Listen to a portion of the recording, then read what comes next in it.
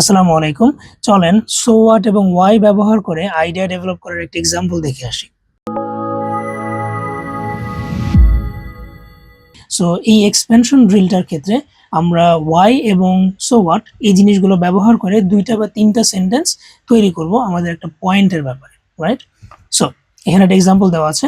So point is working from home increases employee productivity বাড়িয়ে দেয় মানুষের, রাইট? সো এখানে আমরা দেখতে চাই এই যে work from home,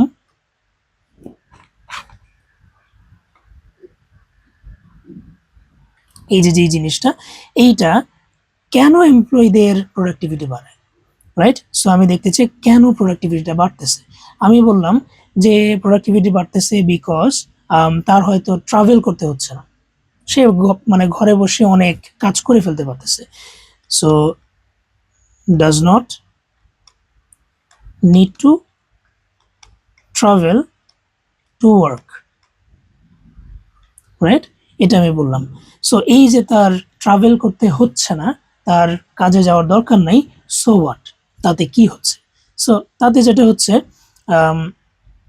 saving time, সময় সেভ করতে পারতেছি, যার কারণে আমি আরো বেশি প্রোডাক্টিভ হতে পারতেছি, মোর প্রোডাক্টিভ, রাইট?